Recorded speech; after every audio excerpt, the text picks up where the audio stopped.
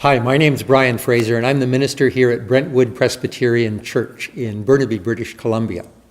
We have been the recipients of several grants that will allow us to spend a year doing a Jesus, Jazz, and Worship project. One of those grants was from Canada Summer Jobs, and so we had 4 young jazz students over the summer doing interviews with jazz musicians, with ministers, and with people who attend jazz worship services. There are, as far as we know so far, 8 different churches in the Lower Mainland, in the Greater Vancouver region and area, that do jazz worship services on a regular basis.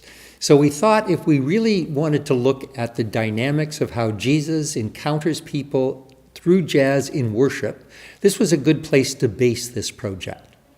So they have been asking the musicians, the ministers, the people who attend those services, what they're experiencing in them. And there will be some interviews on this channel from all 4 of those students. They have collected and summarized about 75 interviews so far. So we've got about 120 pages of data to work with so far. And we'll spend a few months sorting that stuff through. And they've also sat down with members of our coordinating committee here at Brentwood for the project. Some of them will be part of the interviews on this channel in the next few weeks. And they've come up with further questions that we want to explore as we continue to dig deeper into what's actually going on in those worship services for people. And get some insights as to how we might refine them, how we might use them more effectively as a place where Jesus can connect with people for compassion in this world, in the kind of community that is jazz, and the way in which that community relates to, enters into dialogue with the Christian tradition and the Christian community. So it's a series of conversations, really.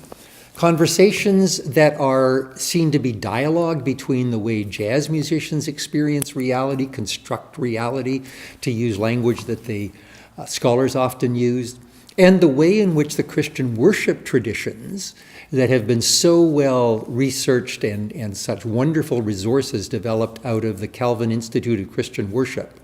And that's another source of funding for this project. There are vital worship grants that in turn are funded by the Lilly Endowment, Inc.